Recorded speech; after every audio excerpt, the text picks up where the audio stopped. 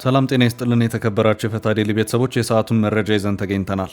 እንደተለመደው አንኳር ጉዳዮችን በቅድሚያ በማስተዋወቅ ወደ ዝርዝሩ እናልፋለን።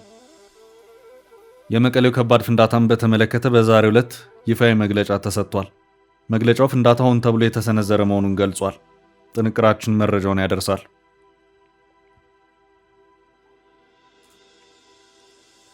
ኤርትራ በቀይ ባህር ጉዳይ ብልጽግና በአራት አቅጣጫ ዘመቻ ከፍቷል ስትል አዲስ ክስ አሰምታለች።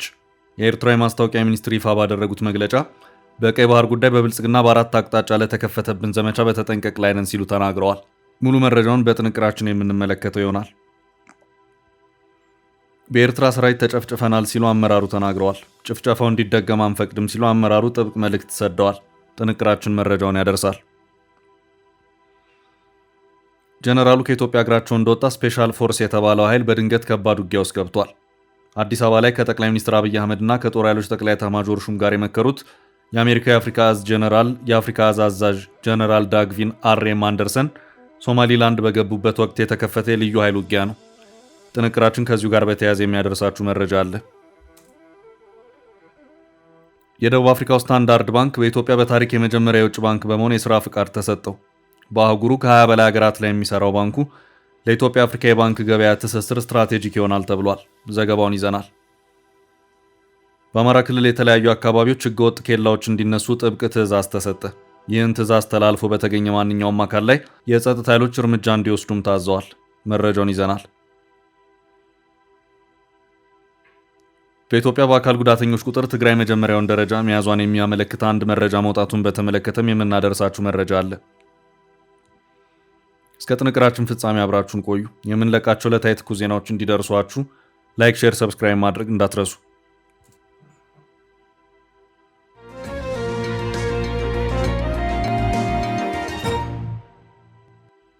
በአራት አቅጣጫ ዘመቻ ተከፍቶብናል። ኤርትራ በቀይ ባህር ጉዳይ ብልጽግና በአራት አቅጣጫ ዘመቻ ከፍቷል ስትል አዲስ ክስ አሰምታለች። የኤርትራ የማስታወቂያ ሚኒስትር ይፋ ባደረጉት መግለጫ በብልጽግና በአራት አቅጣጫ ለተከፈተብን ዘመቻ በተጠንቀቅ ላይ ነን ሲሉ ተናግረዋል። የኤርትራ የማስታወቂያ ሚኒስትር የማነ ገብረ መስቀል በይፋ ኤክስ ገጻቸው ትላንት ምሽቱን ይፋ ባደረጉት መግለጫ ብልጽግና በቀይ ባህር ጉዳይ አራት አቅጣጫዎች ዘመቻ ከፍቶብናል ሲሉ አመልክተዋል። የመጀመሪያው ኦፕቲክስ ሲሉ ያስቀመጡት ሲሆን ይህም የህዝቡን ድጋፍ ለማግኘት ስሜትን የሚኮረኩሩ ጉዳዮች የሚነሳበት ሁኔታ ነው ሲሉ አስቀምጠዋል። ይህ በእርግጥ በየቀኑና በየሳምንቱ በብልጽግና ሰፊ የሚዲያ መድረኮች የሚወጡት የበርካታ መጣጥፎች መለያ ምልክት ነው ሲሉ የማነ ገልጸው ሆን ሪቪው የውጭ ፖሊሲ ተቋም የተቀጠሩ የኤክስ ይፋ ገጾች ሎቢስቶች የዚህ ዘመቻ አካል ናቸው ሲሉ ጠቅሰዋል። የማነ በሁለተኛነት ያስቀመጡት ፖስቸሪንግ ወቅታዊ አቋቋምን ሲሆን በአዲስ አበባ የሚደረጉ መድረኮችንና ዓለም አቀፍ ምክክሮች ከባህር በር አጀንዳ ጋር በማዛመድ መጠመድ ነው ሲሉ ገልጸዋል። የኤርትራ የማስታወቂያ ሚኒስትር ይህን ሲያስረዱም የጣሊያን ባህር ኃይል፣ የአፍሪኮም፣ የፈረንሳይ ጦር ኃይሎች አዛዦች በአዲስ አበባ ባደረጉት ምክክር የባህር መዳረሻን በተመለከተ በግልጽ ድጋፍ አድርገዋል የሚሉ መረጃዎች በስፋት ተራግበዋል ሲሉ ገልጸዋል። እንደ እውነቱ ከሆነ በእነዚህ ጉብኝቶች ወቅት የተላለፉት መልእክቶች በአፍሪካ ቀንድ ካሉ ሀገራት ጋር ኢትዮጵያ ጥሩና ተስማሚ የንግድ ፖሊሲዎችን በመንደፍ ለንግድ አገልግሎት ብቻ የሚውሉ የባህር በር ላይ ትኩረት እንድታደርግ ነው ሲሉ ሚኒስትሩ አመልክተዋል። የማነ ከዚህ በተቃራኒው የባህር በር ሉዓላዊ መዳረሻ የሚለው አጀንዳ ግን የኢትዮጵያን ጎረቤቶች ሉዓላዊነትና የግዛት አንድነት የሚጻረር አደገኛ አጀንዳ ከመሆኑም በላይ ዓለም አቀፍ ሕግን የሚጥስ ነው ሲሉ ገልጸው ይህም የተባበሩት መንግስታት ቻርተርና የአፍሪካ ህብረት መርሆችን የሚጥስ ነው ሲሉ አክለዋል። የማነ በሶስተኛነት ያስቀመጡት ማታለል ሲሉ የጠቀሱትን ጉዳይ ሲሆን ይህም በኢትዮጵያ በኩል እየታየ ያለው የባህር ኃይል ስልጠና ዝግጅት ማሳያ ነው ሲሉ አመልክተዋል። በቀይ ባህር እየተዘጋጀ ያለው የባህር ኃይል በሚል በብልጽግና በኩል የሚነገሩ ጉዳዮች ዲሲቭ ወይም የማታለል አካሄድ ነው ሲሉ ተችተዋል። እውነት ነው፣ ቀይ ባህር በዓለም አቀፍ የንግድ ልውውጥ ጠቃሚ የባህር መስመር ነው። ይህ ማለት ግን ሁሉም ሀገሮች ከቅርብም ከሩቅም የንግድ ልውውጣቸው ቀይ ባህርን አቋርጠው የሚያልፈው ሁሉ በቀይ ባህር ዳርቻ የባህር ኃይል ሰፍር የማግኘት ህጋዊ መብት አላቸው ማለት አይደለም ሲሉ የማስታወቂያ ሚኒስትሩ አመልክተዋል። የኤርትራ የማስታወቂያ ሚኒስትር የማነ ገብረ መስቀል የቀይ ባህርና የኤደን ባህረ ሰላጤ ሀገራት ወሳኝ የሆነውን የዓለም አቀፍ የባህር መስመር ዘላቂ መረጋጋትን በማረጋገጥ ላይ ግዴታና ህጋዊ መብት ያላቸው ሀገራት የጋራ ስምምነት አላቸው ሲሉ ጉዳዩን የተመለከተ አይደለም ሲሉ አጽንኦት ሰጥተዋል። የማነ በመልእክታቸው ያነሱት አራተኛው ዘመቻ የተሳሳተ መረጃ ማሰራጨትን ሲሆን ብልጽግና በቀይ ባህር የባህር በር እናገኛለን የሚለው አካሄድ ምንም አይነት የደህንነት አመክንዮ የሌለውና ህገወጥ ከመሆኑም በላይ የጸጥታ ስጋት የሚፈጥር ነው ሲሉ አጽንኦት በመስጠት ቢራቢሮ የራሷን መቀመጫ ሳትሸፍን ዓለምን ሸፍናለሁ እንደምትለው ነው ሲሉ መግለጫቸውን ቋጭተዋል። ኤርትራ ገዢውን ፓርቲ ብልጽግናን በተደጋጋሚ እየወቀሰች ይታያል። እስካሁን ባለው ሁኔታ ብልጽግና እንደ ፓርቲ ለኤርትራ ተደጋጋሚ ክሶች ምንም አይነት ምላሾችን የሰጠበት ሁኔታ አልታየም። በኢትዮጵያ በኩል ምላሾች ሲሰጡ የሚታዩት በመንግስት ደረጃ በተቋማት በኩል ነው። በዚህም የውጭ ጉዳይ ሚኒስትር ዶክተር ጌዲዮን ጢሞቴዎስ አምባሳደሮችን ጨምሮ የተለያዩ ሀገራት ዲፕሎማቶች በታደሙበትና ሆርን ሪቪው የተባለው ቲንክ ታንክ ከአዲስ አበባ ዩኒቨርሲቲ ጋር በመተባበር ባካሄደው የፖሊሲ ፎረም ባስተላለፉት መልእክት መንግስት ለአሰብ በዋነኛነት ቅድሚያ እንደሚሰጥ መግለጻቸው የሚታወስ ነው። የኤርትራ መንግስት በኢትዮጵያ ላይ ጠበኛ አካሄድ ለሚከተሉ ኃይሎች ራሱን መጠቀሚያ አድርጎ የማቅረብ ዝንባሌ ያለው በማለት የከሰሱት ጌዲዮን የኤርትራ ወታደሮች በአሁኑ ወቅት በሰሜን ኢትዮጵያ በርካታ አካባቢዎችን ተቆጣጥረው እንደሚገኙም ከሰዋል።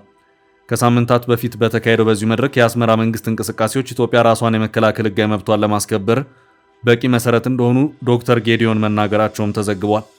የውጭ ጉዳይ ሚኒስትሩ ከኤርትራ ጋር በተያያዘ ያነሱት ሌላኛው ሀሳብ የኢሳያስ ዶክትሪን በማለት የጠሩትን ጉዳይ ነው። ይህ ዶክትሪን ኤርትራ ራሷን በራሷ የምታስተዳድር ሀገሩን የመቀጠል ጉዳይ በኢትዮጵያ የጸጥታ መደፍረስ፣ መከፋፈልና አለመረጋጋት ላይ እንደሚመሰረት ያስባል ያሉበት ነው።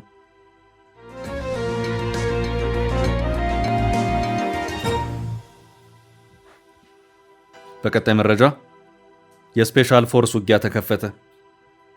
ሰሞኑን የአሜሪካ ከፍተኛ ወታደራዊ አመራሮች ኢትዮጵያን ጨምሮ በአፍሪካው ቀንድ ልዩ ትኩረትን ሰጥተው የከረሙ ሲሆን ከትላንት ምሽት ጀምሮ የአሜሪካ ልዩ ኃይል ወይም ስፔሻል ፎርስ ከባድ የሚባልና መጠነ ሰፊ ጥቃትን የጀመረ መሆኑ ታውቋል። የአሜሪካ የአፍሪካ እዝ ጀነራል የአፍሪካ እዝ አዛዥ ጀነራል ዳግቪን አሬም አንደርሰንን ከሰሞኑ አዲስ አበባ ገብቶ ከጠቅላይ ሚኒስትር አብይ አህመድና ከጦር ኃይሎች ጠቅላይ ኤታማዦር ሹም ጋር የመከሩ መሆኑ የሚታወስ ነው። ከዚያ በኋላም በቀጥታ ወደ ሶማሌላንድ ያመሩ ሲሆን በትላንቱ ዘአፍሪካ ፕላስ ባሰራጨው ዘገባ እንዳመለከተው ከሆነ በርከት ያለ ጠንከር ያለ ትጥቅ ያለው የአሜሪካ ጦር በበርበራ ኤርፖርት ላይ ሲራገፍ ታይቷል። በዛሬው ዕለት የአሜሪካ ዲፌንስ ኢንተለጀንስ ባሰራጨው መረጃው እንዳመለከተው የአሜሪካ ኮማንዶ ጦር ፈጽሞ ባልተለመደ መልኩ የሶማሊያ ግዛት በሆነችው በፑንትላንድ ሸለቆዎች ቀጥተኛ ውጊያ ውስጥ ገብቷል። የሶማሊያው አልሸባብ አሜሪካ ጠላቴ ነው የምትለውንና በዓለም አቀፍ አሸባሪነት የተፈረጀውን አይኤስአይኤስ ያስጠጋ ሲሆን የአሜሪካ የስለላ መረብም ቡድኑን በክትትል ሲያጠና የቆየ መሆኑ ታውቋል። ውጊያው በሶማሊያ በርበራ ግዛት ሸለቆችና ሰንሰለታማ ተራራዎች ላይ እየተካሄደ መሆኑን የዛሬው የዲፌንስ ኢንተለጀንስ ዘገባ አመላክቷል። እነዚሁም በመቶች የሚቆጠሩ የአሜሪካ ልዩ ኃይል አባላት እየተሳተፉበት ያለው ውጊያም የአይሲስ ጠንካራ ምሽግ መሆኑን መረጃው አመልክቷል። የአሜሪካ ጦር በእግረኛ ጦር በዚህ መልኩ የተወጋው ከ3 አስርት ዓመታት በኋላ ነው። የቀድሞ በዚያድ ባሬ ይመራ የነበረው የሶማሊያ መንግስት ፈርሶ ሶማሊያ በጦር አበጋዞች መመራር በጀመረችበት ወቅት አሜሪካ ሶማሊያን አረጋጋለሁ በማለት ጦሩ አልካ የነበረ መሆኑ የሚታወስ ሲሆን ይሁንና የጦሩ መስዋዕትነት በእጅጉ በመበርታቱ ጦሩን ከሶማሊያ ማስወጣቱ ግድ ብሏል። አሜሪካ ከዚያ በኋላ በሶማሊያ የሚሰማሩ የሌሎች ሀገራትን ጦር ድጋፍ በመስጠት እንደዚሁም የአልሸባብና የአይሲስ ይዞታዎችን በድሮን በማጥቃት የአየር ላይ ዘመቻ ስታካሄድ ቆይታለች። አሁን ባለው ሁኔታ በዚህ ደረጃ የአሜሪካ ስፔሻል ፎርስ በሶማሊያ ምድር ፊት ለፊት ከአይኤስአይኤስ ጋር ሲፋለም ይህ የመጀመሪያው ነው ተብሎ ሊወሰድ የሚችል ነው።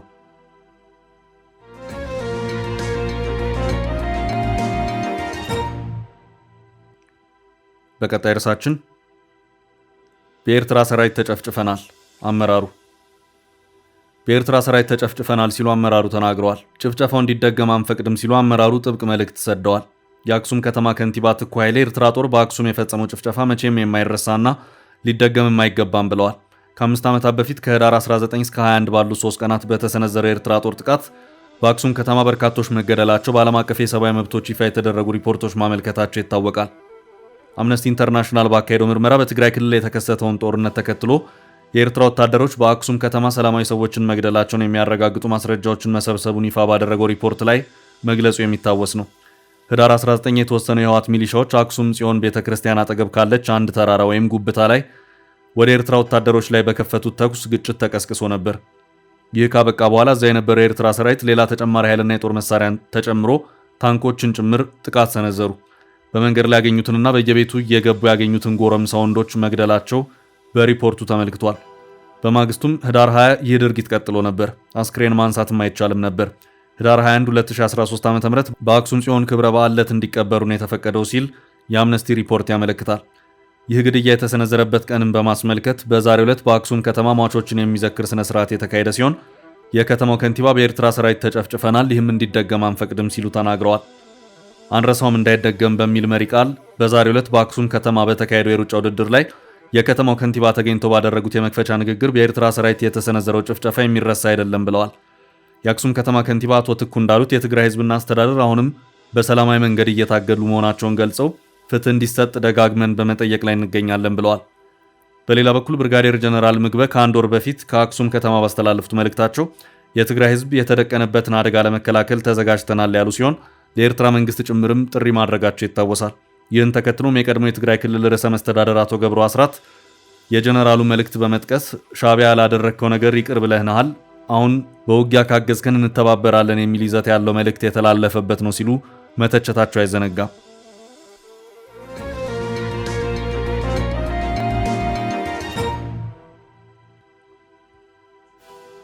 በቀጣይ መረጃችን ስለ መቀሌው አዲስ ነገር።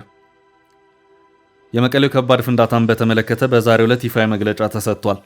መግለጫው ፍንዳታው ሆን ተብሎ የተሰነዘረ መሆኑን ገልጿል። በመቀለ ከተማ ትላንት ዳር 18 ምሽት 4 ሰዓት ተኩል ገደማ ልዩ ስሙ አዲ ሐቂ በሚባል አካባቢ የቦምብ ፍንዳታ መድረሱን የከተማዋ ሰላምና ጸጥታ ቢሮ አስታውቋል። ከባድ ፍንዳታው የመቀሌ ከተማ ምልክት ከሆነ የሰማዕታት ሐውልት አጠገብ የተከሰተ መሆኑ ጉዳዩን አነጋጋሪ አድርጎት ቆይቷል። ሐውልት እየተባለ የሚጠራው አካባቢ ህወሓት ዋነኛ ጉባኤዎችን የሚያካሄድበት የስብሰባ አዳራሽና የሰማዕታት ሐውልት የሚገኙበት በመሆኑ ከባድ ውጥረት ተፈጥሯል። ፍንዳታው ከመቀሌ ዩኒቨርሲቲ ቢዝነስ ካምፓስ አጠገብ የተከሰተ ሲሆን ሁኔታው አስደንጋጭ እንደነበር የከተማዋ ነዋሪዎች ገልጸዋል። ይህ ፍንዳታ የተሰማው በትግራይ ሌላ ዙር ጦርነት ሊፈነዳ ይችላል በሚል በርካቶች ስጋት ውስጥ ባሉበት ነው።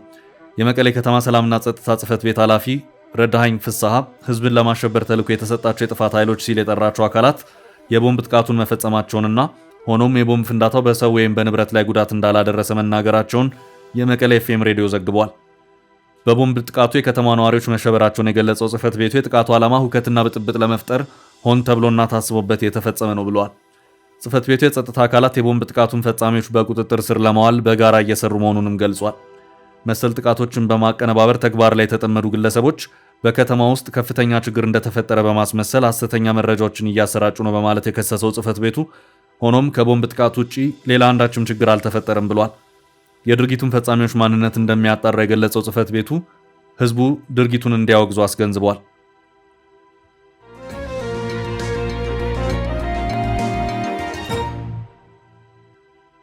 በቀጣይ መረጃ የመጀመሪያ የውጭ ባንክ ፍቃድ አገኘ። የደቡብ አፍሪካው ስታንዳርድ ባንክ በኢትዮጵያ በታሪክ የመጀመሪያ የውጭ ባንክ በመሆን የሥራ ፍቃድ ተሰጠው። የኢትዮጵያ ብሔራዊ ባንክ በተሻሻለ የባንክ ሥራ አዋጅ መሠረት በአዲስ አበባ ለሚገኘው የስታንዳርድ ባንክ ተወካይ ጽሕፈት ቤት አዲስ የሥራ ፍቃድ በይፋ መስጠቱን አስታወቀ። በአዲሱ አዋጅ መሠረት በንግድና ቀጠናዊ ትስስር ሚኒስቴር ቁጥጥር ስር የነበረው የውጭ ባንኮች ተጠሪነት ለኢትዮጵያ ብሔራዊ ባንክ ሆኗል ተብሏል። በዚህ መሠረት ከአሁን በኋላ የውጭ ባንኮች ተወካይ ጽሕፈት ቤቶችን ፍቃድ የሚያድሰውና አሰራራቸውንም በበላይነት የሚቆጣጠረው ብሔራዊ ባንኩ ሲሆን ባንኩ በዚህ ስልጣኑ በመጠቀም ለመጀመሪያ የውጭ ባንክ የሥራ ፍቃድ ሰጥቷል። ብሔራዊ ባንክ ባወጣው መግለጫ የአዲሱ ፍቃድ የአዲስ መተዳደሪያ ደንብ ዘመን መጀመር መሆኑን በመጥቀስ በውጭ የውክልና ጽሕፈት ቤቶች ላይ የሚደረገው ቁጥጥር ሙሉ በሙሉ ወደ ብሔራዊ ባንክ መሸጋገሩን አስታውቋል። በመሆኑም ከአሁን በኋላ የሚመጡ አዲስ ማመልከቻዎችን መርምሮ ፍቃድ መስጠት የኢትዮጵያ ብሔራዊ ባንክ ኃላፊነት መሆኑን ባንኩ ገልጿል። የተወካይ ጽሕፈት ቤቶች ሚና የገበያ ጥናት ማካሄድ፣ ማስተዋወቅና ትስስር መፍጠር ብቻ በመሆኑ የባንክ አገልግሎት የመስጠት ስልጣን የሌላቸው መሆኑም ተመላክቷል። ኢትዮጵያ የባንክ ዘርፍን በ41 በመቶ ድርሻ ለውጭ ባንኮች ክፍት ማድረጓ ይታወሳል። ይህንን ተከትሎ በተለይ የኬንያ ባንኮች ቅድሚያውን ይወስዳሉ ተብሎ ቢገመትም የደቡብ አፍሪካው ስታንዳርድ ባንክ በታሪክ የመጀመሪያው ፍቃድ ያገኘ የውጭ ባንክ ለመሆን ችሏል። የኬንያው ግዙፍ ባንክ ኬሲቢ ፍቃድ በማውጣት ሂደት ላይ መሆኑ ተነግሯል። ስታንዳርድ ባንክ ከተመሰረተ 160 ዓመታትን ያስቆጠረ አንጋፋ ባንክ ሲሆን ዋና መስሪያ ቤቱን ጆሃንስበርግ ደቡብ አፍሪካ ያደረገ ነው። በአፍሪካ ቀደምት ከሚባሉ ባንኮች መካከል ነው። ባንኩ ከ20 እስከ 21 በሚሆኑ የአፍሪካ ሀገራት ላይ ቅርንጫፍና ቋሚ ወኪል እንዳለው ሲነገር ከእነዚህ መካከል ቦትስዋና፣ ኮት ዲቯር፣ ታንዛኒያ፣ ኡጋንዳ፣ ዛምቢያ፣ ዚምባብዌ፣ ደቡብ ሱዳንና ሌሎችም ይገኙበታል። ከአህጉሩ አልፎ ተደራሽ የሆነው ባንኩ በለንደን፣ ዱባይ፣ ቤጂንግ ቅርንጫፎች አሉት። ስታንዳርድ ባንክ በጥቅሉ 19.2 ሚሊዮን ደንበኞች ያሉት ሲሆን ከ50 ሺህ በላይ ሰራተኞች የቀጠረ ነው። 1180 ቅርንጫፎች እንዲሁም 5500 ኤቲኤም ማሽኖች እንዳሉት መረጃ ያሳያል። በያዝነው 2025 አጋማሽ ባንኩ 191.8 ቢሊዮን ዶላር ትርፍ ማግኘቱን ይናገራል። በዚህ መልኩ ተደራሽ የሆነው ባንክ ኢትዮጵያን ከአፍሪካ ጋር በባንክ አገልግሎት ለማገናኘት የሚችል መሆኑ እንደ መልካም ስትራቴጂ ተመላክቷል።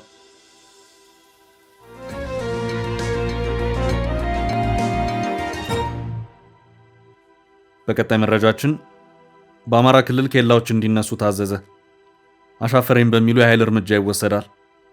በአገሪቱ ለስራ ፈጠራ በሚል በክልሎች የተቋቋሙ ኬላዎች ለንግድና ትራንስፖርት በእጅጉ ፈተና መሆናቸው ሲነገር ይሰማል። በፌዴራል ደረጃ በክልሎች ያሉ ኬላዎች እንዲነሱ መመሪያ መውረዱም የሚታወስ ነው።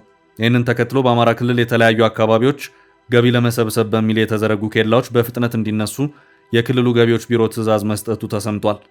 ይህን ትዕዛዝ ተላልፎ በተገኘ ማንኛውም የመንግስት አካል ላይ ጸጥታ ኃይሎች ለሚወስዱት እርምጃ ቢሮው ኃላፊነት የማይወስድ መሆኑንም አስታውቋል። ቢሮው ይህንን ያሳወቀው በክልሉ የዞንና የከተማ አስተዳደር ስር ላሉ የገቢዎች መምሪያዎች በሳምንቱ ረቡዕ ዕለት በጻፈው ደብዳቤ መሆኑን የኢትዮጵያ ኢንሳይደር ዘገባ አመልክቷል። መስሪያ ቤቱ ትዕዛዙን ለመምሪያዎቹ ያስተላለፈው የአማራ ክልልን የኢኮኖሚ እንቅስቃሴዎች ገጥተዋል የተባሉ ኬላዎች እንዲነሱ ከክልሉ ሰላምና ጸጥታ ቢሮ ደብዳቤ ከተጻፈለት ከአንድ ሳምንት ገደማ በኋላ መሆኑንም ተሰምቷል። በአማራ ክልል የተለያዩ አካባቢዎች የተቋቋሙ ኬላዎች የግብርናና ኢንዱስትሪ ምርት እንቅስቃሴን ሲያስተጓጉሉና ሲያዘገዩ እንደነበር በደብዳቤ የጠቀሰው የክልሉ ገቢዎች ቢሮ ያልተገባ ክፍያ በማስከፈል የምርት ዋጋ እንዲጨምር ማድረጋቸውን አትቷል። እነዚህ ድርጊቶች የኑሮ ውድነትን በማባባስ በሸማቾች ላይ ጫና ማሳደራቸውንም ደብዳቤው አክሏል። የምርቶች የመጫንና የማራገፍ አገልግሎት ክፍያ መሰብሰብ ያለበት አገልግሎቱ በተሰጠበት ከተማ አሊያም ቦታ መሆን እንዳለበት ክልሉ ባወጣው ደንብ ቢደነገግም ከስፍራው ርቆ ባሉ ኬላዎች ተደራራቢ ክፍያዎች እየተጠየቁ መሆኑን ቢሮው በደብዳቤው አስፍሯል። ኬላዎች የተቋቋሙት በተለያዩ ከተሞች መውጫና መግቢያ በር ላይ ተሽከርካሪ እንቅስቃሴዎች በሚበዛባቸው ቦታዎችና በተለያዩ የገጠር ቀበሌዎች እንደሆኑም ቢሮ አመልክቷል። በአማራ ክልል ዞኖችና ከተሞች ኬላዎችን ሲያቋቁሙ የነበረው ዓላማ ገቢን ለመሰብሰብ የሚደረግ ጥረትን ለማገዝ የነበረ ሲሆን አሁን ከጥቅሙ ጉዳቱ ያመዘነ ሆኖ መገኘቱን የተነገረው በተለይ አሽከርካሪዎች ለምርቶች መጫንና ማራገፍ አገልግሎት የሚጠየቁት ክፍያ አንድ ቦታ ላይ ከከፈሉ በሌሎች ኬላዎች ላይ ክፍያ የፈጸሙበትን ደረሰኝ አሳይቶ ማሳለፍ ይገባቸው የነበረ ሲሆን ሆኖም በየኬላው ተደጋጋሚ ክፍያ መጠየቃቸው ችግሩን መፍጠሩን ተገልጿል። የአማራ ክልል ምክር ቤት ባለፈው ዓመት ታህሳስ ወር ያጸደቀው ደንብ መሰረት ከከተሞቹ በሚያወጡት የታሪፍ ምጣኔ ምርቶች የመጫንና የመራገፍ አገልግሎት ክፍያን መሰብሰብ የሚችሉት የከተማ አስተዳደሮች ወይም ማዘጋጃ ቤት ብቻ ቢሆኑም በተለያዩ ቦታዎች በተዘረጉ ኬላዎች የሚጠየቁ ተደራራቢ ክፍያዎች የክልሉን የምርት እንቅስቃሴ እያስተጓጎሉ እንደሆነ የክልሉ ገቢዎች ቢሮ በደብዳቤው አጽንኦት ሰጥቷል። ቢሮ በዚሁ ደብዳቤው በህገወጥ መንገድ የተቋቋሙ ሲል የገለጻቸው ኬላዎች ከሚመለከታቸው የጸጥታ አካላት ጋር በመቀናጀት በፍጥነት እንዲነሱም ትዕዛዝ ሰጥቷል። ይህን ክልከላ ተላልፎ የተገኘ ማንኛውም የመንግስት አካል ላይ ጸጥታ ኃይሉ ለሚወስደው እርምጃ ኃላፊነት የማንወስድ መሆኑን እናሳውቃለን ሲልም ቢሮ ማስጠንቀቁም ተዘግቧል።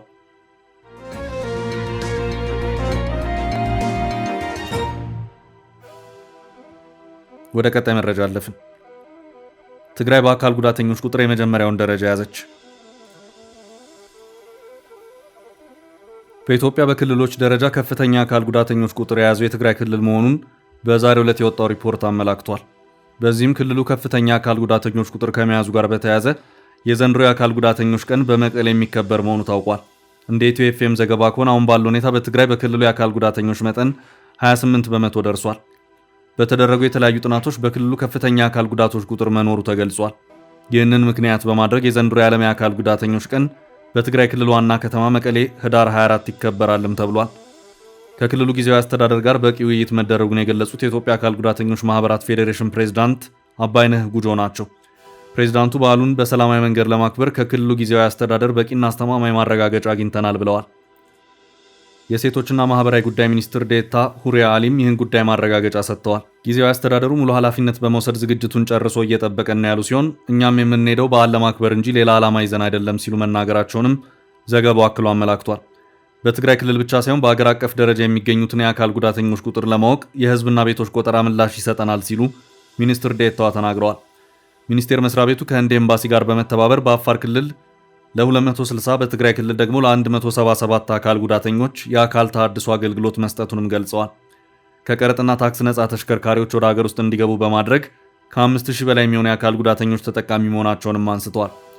የዓለም አቀፍ የአካል ጉዳተኞች ቀን በዓለም ለ34ኛ ጊዜ በሀገራችን ደግሞ ለ33ኛ ጊዜ ህዳር 24 ይከበራል። በዓለም አቀፍ ደረጃ የሚከበረው ይህ ዕለት አካል ጉዳተኞችን የሚያካትት ማህበረሰብ መገንባት ለተሻለ ማህበራዊ እድገት በሚል መሪ ቃል ይከበራል። ውድ ቤተሰቦቻችን ለዛሬ ያዝንላችሁን ርዕሰ ጉዳዮች እዚህ ላይ ቋጨን። ላይክ፣ ሼር እና ኮሜንት በማድረግ ለቻናላችን ድጋፋችሁን መግለጽ እንዳትዘነጉ እያልን ከሌሎች መረጃዎች ጋር ደግመን እስክንገናኝ ቸር ያሰማን ስንል ተሰናበትን።